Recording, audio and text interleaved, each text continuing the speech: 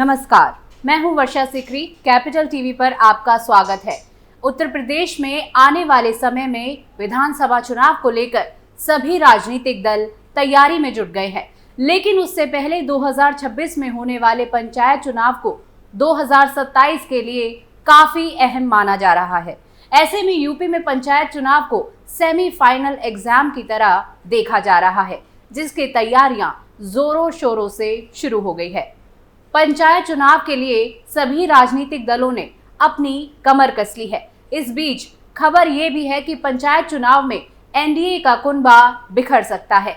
उत्तर प्रदेश में होने वाले पंचायत चुनाव को लेकर बीजेपी के 3 बड़े सहयोगी दल अपना दल एस, एसबीएसपी और निषाद पार्टी ने अपने अपने रास्ते चुनने का ऐलान कर दिया है। दरअसल केंद्र सरकार में मंत्री अनुप्रिया पटेल ने पंचायत चुनाव अपने दम पर लड़ने का ऐलान किया ही था कि अब योगी सरकार में शामिल निषाद पार्टी के मुखिया संजय निषाद और एसबीएसपी के राष्ट्रीय महासचिव अरुण राजभर ने भी पंचायत चुनाव अकेले लड़ने की घोषणा कर दी है। अपना दल एस की प्रमुख केंद्रीय मंत्री अनुप्रिया पटेल ने गुरुवार को प्रयागराज में पंचायत चुनाव को लेकर बड़ा बयान दिया था। उन्होंने कहा कि पंचायत चुनाव में पार्टी का जो भी कार्यकर्ता चुनाव लड़ना चाहता है उसे पूरा मौका दिया जाएगा, क्योंकि चुनाव में गठबंधन को लेकर अभी कोई बातचीत नहीं हुई है। अनुप्रिया पटेल ने ये भी कहा कि उनकी पार्टी अपने स्तर से तैयारी में जुट गई है। पार्टी के कार्यकर्ता वार्ड, पंचायत चुनाव और जिला पंचायत सदस्य सभी पद पर चुनाव लड़ने की तैयारी कर रहे हैं। ऐसे में बूथ स्तर पर पार्टी को मजबूत करने में कार्यकर्ता जुट गए हैं। वहीं मीडिया से बात करते हुए निषाद पार्टी के मुखिया और योगी सरकार में मंत्री संजय निषाद ने पंचायत चुनाव अकेले अपने दम पर लड़ने की बात कही। इसके अलावा उत्तर प्रदेश सरकार में पंचायती राज मंत्री ओपी राजभर की पार्टी एसबीएसपी के राष्ट्रीय महासचिव अरुण राजभर ने भी पंचायत चुनाव अकेले लड़ने का ऐलान किया। आपको बता दें कि मिर्जापुर से सांसद अनुप्रिया पटेल मोदी सरकार में केंद्रीय स्वास्थ्य और परिवार कल्याण राज्य मंत्री हैं। वहीं उनके पति आशीष पटेल योगी सरकार में मंत्री है। ऐसे में पंचायत चुनाव में अपना दल एसबीएसपी और निषाद पार्टी के पंचायत चुनाव में अकेले लड़ने से एनडीए में बिखराव हो सकता है, जिसका खामियाजा बीजेपी को भुगतना पड़ सकता है। एनडीए के सहयोगी दलों का ये कदम बीजेपी के लिए निश्चित रूप से एक नई चुनौती है। पहले इन दलों के साथ मिलकर बीजेपी ने पंचायत चुनावों में बड़ी कामयाबी हासिल की थी, लेकिन अब वही पार्टियां जब विरोध में खड़ी होंगी तो बीजेपी को खुद के खिलाफ लड़ते देखना होगा। इससे न सिर्फ वोटों का बिखराव होगा, बल्कि जमीनी स्तर पर भी पार्टी की पकड़ कमजोर हो सकती है। इन दलों का मकसद भी यही है, अपने वजूद को साबित करना और 2027 के विधानसभा चुनाव में बीजेपी से ज्यादा सीटों या बेहतर सौदे की उम्मीद रखना।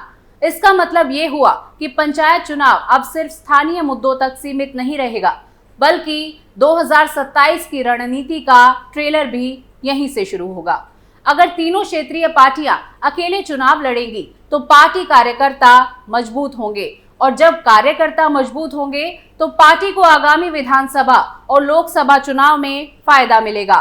पार्टियां गठबंधन कर चुनाव लड़ेंगी तो इससे सबसे ज्यादा फायदा बीजेपी को होगा। इसके अलावा पंचायत चुनाव के अगले साल ही यूपी में विधानसभा चुनाव भी होंगे। ऐसे में ज्यादा सीटों पर चुनाव लड़ने का दबाव भी बनाने की कोशिश की जाएगी।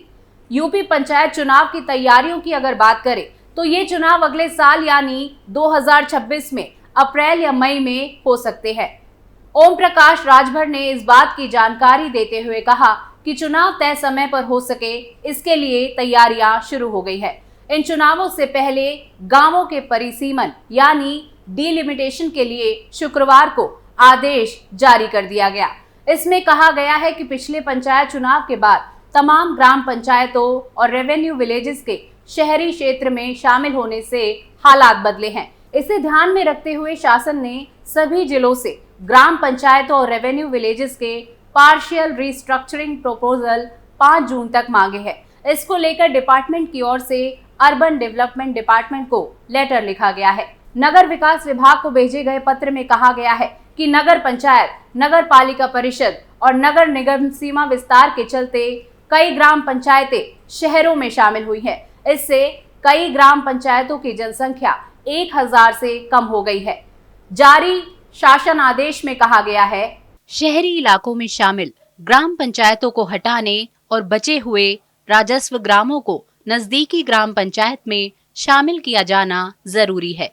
ग्राम पंचायतों की पूर्व में जारी अधिसूचना को संशोधित किया जाना भी जरूरी है। तय समय पर पंचायत चुनाव कराने को लेकर स्टेट इलेक्शन कमीशन भी एक्टिव हो गया है। आयोग ने पिछले दिनों पंचायत चुनाव के लिए 1 लाख मतपेटियों के टेंडर जारी कर दिए हैं। यूपी में पंचायत चुनावों में करीब 57,691 ग्राम प्रधान, पंचायत सदस्य, क्षेत्र पंचायत सदस्य का चुनाव होना है। इसी के साथ 3200 जिला पंचायत सदस्य, 75 जिला पंचायत अध्यक्ष और 826 ब्लॉकों में प्रमुख चुने जाने हैं। पंचायत राज विभाग के अधिकारियों के मुताबिक यूपी में ग्राम प्रधानों का कार्यकाल 2026 में खत्म हो रहा है। यूपी में 2027 में विधानसभा चुनाव होने में है। ऐसे में पंचायत चुनाव की अधिसूचना 2026 साल के शुरुआती महीनों में जारी होने की उम्मीद है। यूपी पंचायत राज एक्ट के मुताबिक राज्य सरकार 1000 आबादी वाले गांव या गांवों के ग्रुप को पंचायत एरिया डिक्लेयर कर सकती है। ग्राम पंचायतों के रीस्ट्रक्चरिंग में इस बात का ध्यान रखा जाएगा कि अगर ऐसी ग्राम पंचायत जिसका एक रेवेन्यू विलेज अर्बन बॉडी में शामिल हो गया है और सिर्फ एक ही रेवेन्यू विलेज बचा है और वो ग्राम पंचायत बनाने का स्टैंडर्ड पूरा नहीं करता है, तो उसे नजदीकी ग्राम पंचायत में शामिल कर दिया जाएगा। इसी तरह से कोई ग्राम पंचायत अर्बन एरिया में शामिल हो गई है और उसका कोई रिमेनिंग रेवेन्यू विलेज ग्राम पंचायत बनाने के लिए क्राइटेरिया पूरा करता है, तो उस रेवेन्यू विलेज को ग्राम पंचायत बनाया जा सकता है।